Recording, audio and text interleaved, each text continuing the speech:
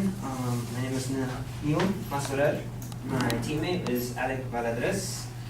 And the policy statement that we're declaring is that federal student loans should be abolished. Who here actually has a federal student loan right now? 1, 2, 6, 7, 7 individuals. Okay. 8.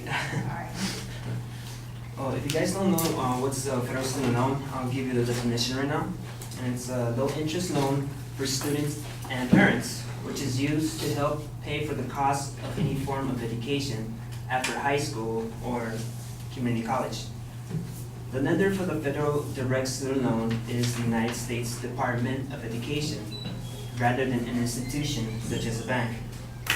Now, why is this important for students in our overall society? We actually we acquired some stats from our university, from Cal Poly's 2014 in-state tuition fee, and the tuition fee is $7,207.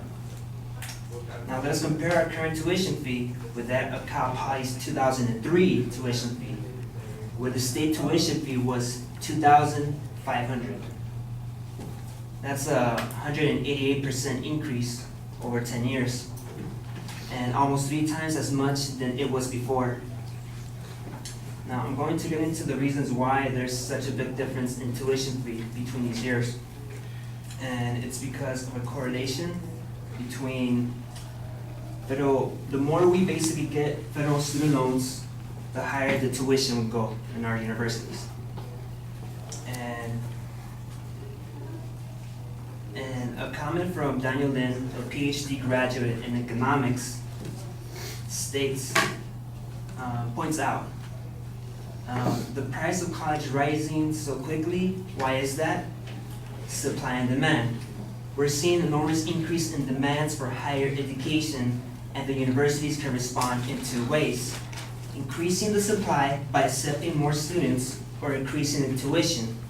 Since most colleges cannot keep up by increasing enrollment, tuitions must rise.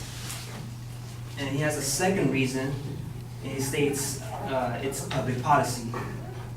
And the quote from the same person will be, "To make colleges more affordable, federal and state governments have been giving federal loans to students, most notably through government-backed student loans. In fact, as prices rises, there's political pressure to increase these subsidies."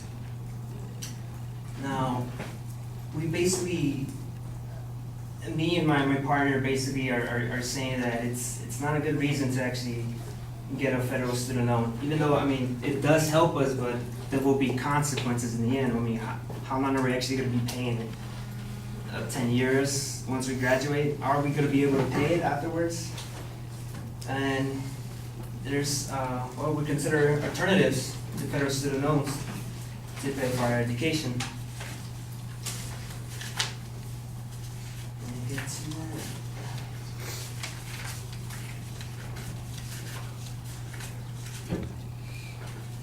And we actually got an overall thesis book from Cal Poly that gives us some stats information. And they're stating, the person who did the thesis is called Chelo Chan. And from the impact of college debt and cost distortion back in 2000. And she states an alternative would be starting a good investment plan. And she states, once an investment plan has been developed, a regular inflow of new capital is the key to success of a good investment plan. A good investment plan also needs to be followed through to make the,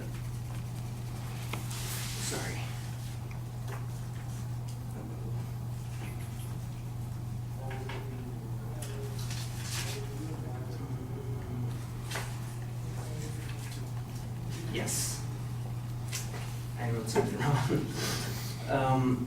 And also another solution would be, or alternative for federal student loans would be tax incentives. And I got this quote from the National Association of Student Financial Aid. And quoting, "There's a great news for parents and students. The federal government provides a number of tax incentives that can help defray the cost of higher education.